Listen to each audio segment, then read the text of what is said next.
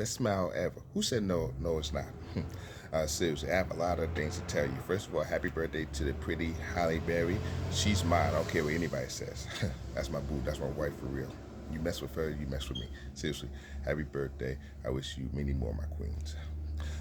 Now let's get to business. What I would like to say is with the Jamie Foxx Jennifer Aniston thing. I know it's old. It's 2 weeks old, but still, I got to get a couple of things off my chest. Not the down to earth, pretty Jennifer Aniston. Why she had to mess it up? The reason I say she messed it up because she said that she didn't like the post on purpose or hit the she she didn't like the she didn't like or dislike uh, the tweet that Jamie Foxx uh, sent on purpose. So what did she do? Who pressed the like button for her? Was it a hacker?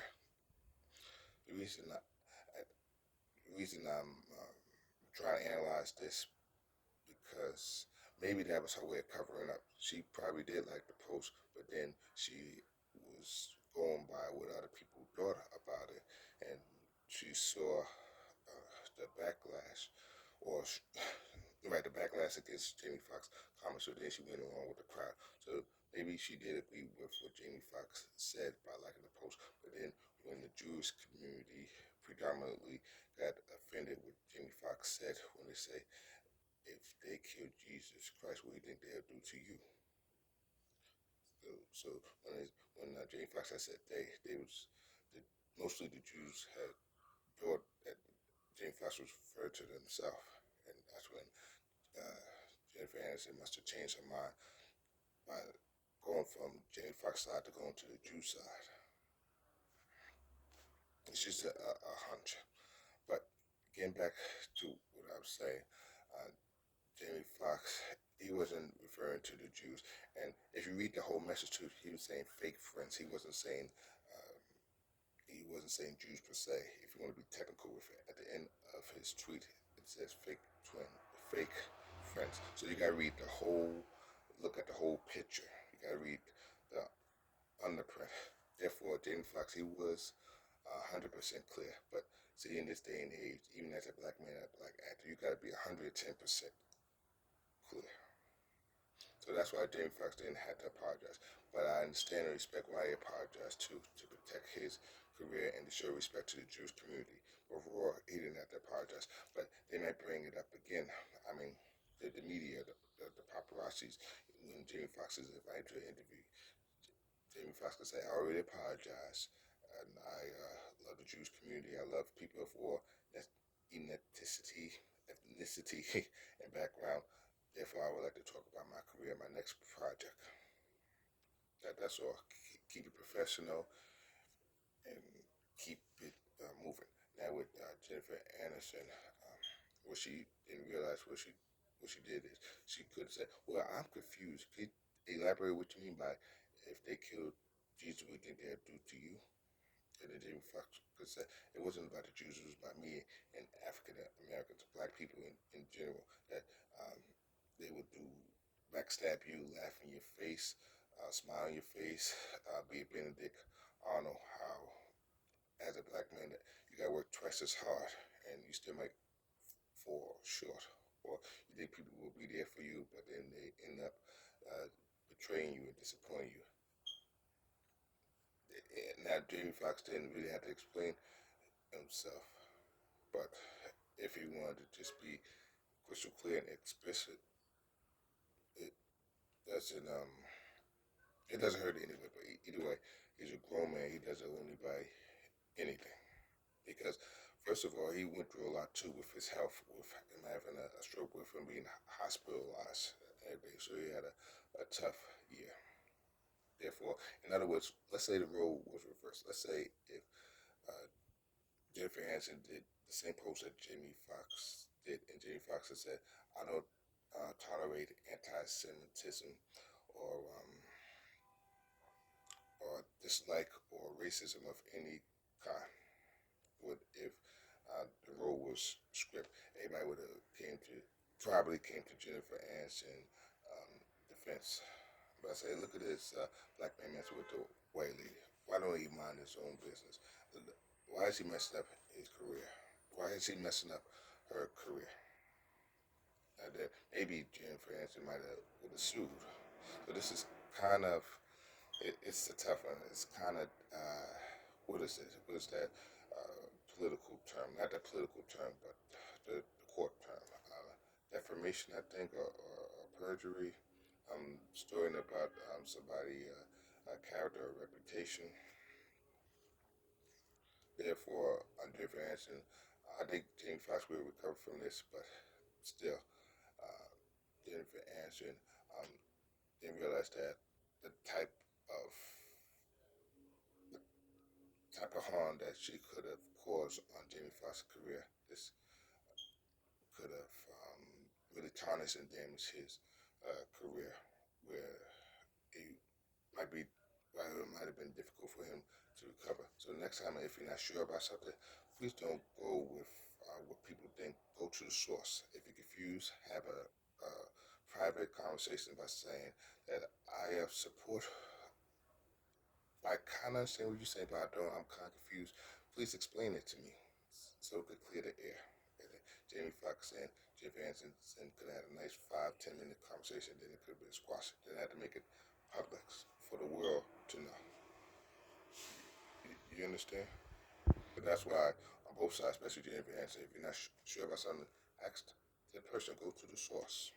Don't just come with your own accusation, your assumptions, and thinking that you know the masters. You know, I understand where she was coming from.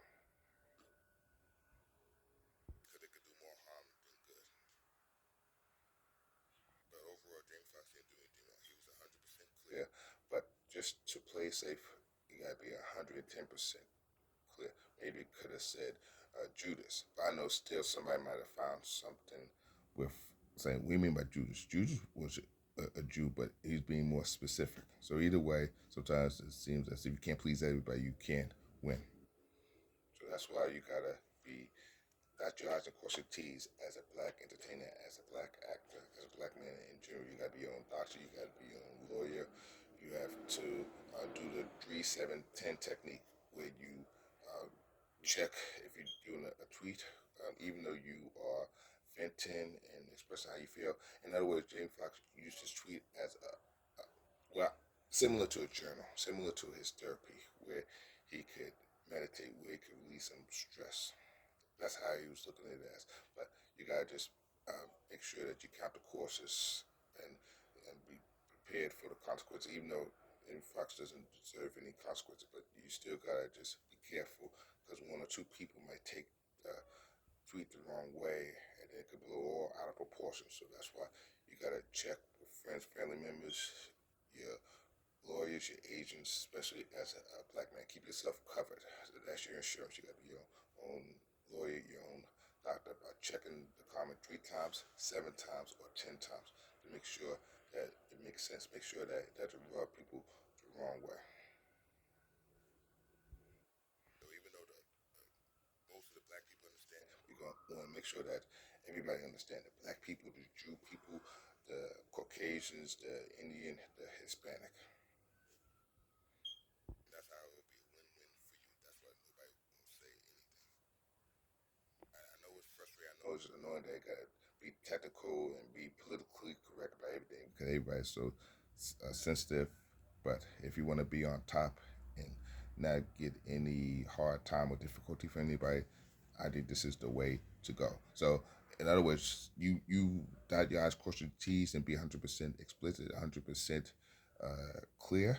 You don't have to apologize for anything. You understand? You don't have to eat your words or take back what you said. Being 100% is clear, but in other words, 110% is the new 100%. You got it's similar to being that you arrive at work at 8 o'clock, but then the boss says, "How come you didn't arrive at 7:45?"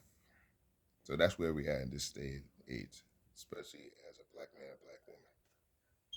You gotta go the extra miles in certain aspects, if not most aspects of your life, especially your profession.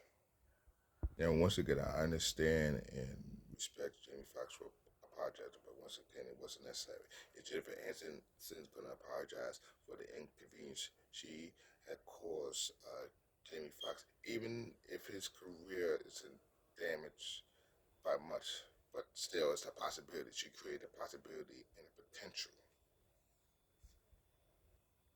of his career being affected. But I'm proud of Jamie Foxx for being the bigger person, for not snapping back or saying something about Jennifer Aniston. She should have mind her own business. She doesn't know what she's talking about. I'm glad he left it be. But even if he says something, I wouldn't blame him. But it's just best to move on and just focus on his health and focus on his career and focus on his music and focus on being a comedian because he's multi-talented. He's a triple threat. He can act, he could sing, he could make people laugh. So one more thing before I let you go. Even though you're a black celebrity, you are a basketball player, a rapper, a singer, you gotta carry yourself accordingly because everybody is watching, especially waiting for the black man, black woman to slip up. So you gotta carry yourself uh, at a high standard, to your utmost standard as possible, similar to Barack Obama, similar to Judge Mathis, how those sophisticated gentlemen carried themselves with dignity, integrity. The same thing with all African Americans. You gotta just govern yourself accordingly.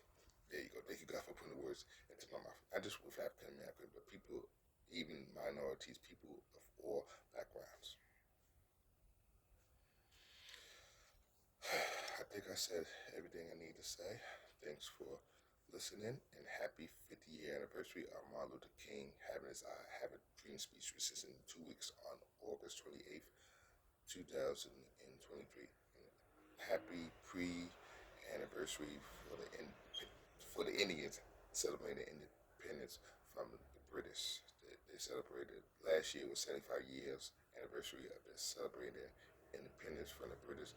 This year will be 76 years of them celebrating their independence from um, the British on August 5th, 1947.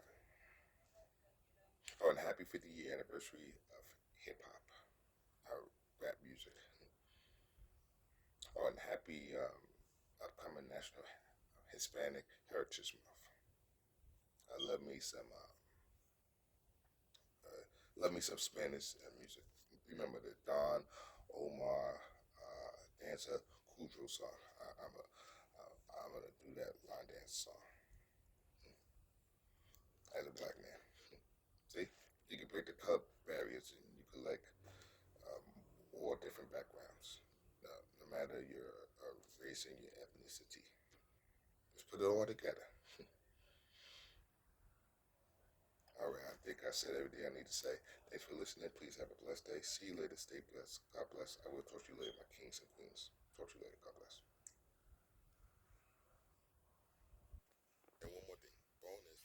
The reason I say you have to be specific and extra clear more than ever by trying to be clear 3 times, 7 times, or 10 times, uh, because we live in a technical world. We live in a politically correct world. By saying, "Well, you didn't say that. You should have said this." So that's why, especially as a black man or a person of color, you gotta just make sure that the message is relayed and delivered and reiterate sometimes 3 times, 7 times, or 10 times. So nobody wants to say, "Well, I'm confused. This doesn't make sense to me. Why didn't you say that in the first place?" So that's why that would cover yourself. That would be your best friend. That would be a line of defense that could change your life, that could save your life as a black man, a black woman. Capiche? Capiche? Caprine? Okay. Thanks for listening, my kings and queens. I'll talk to you later. God bless.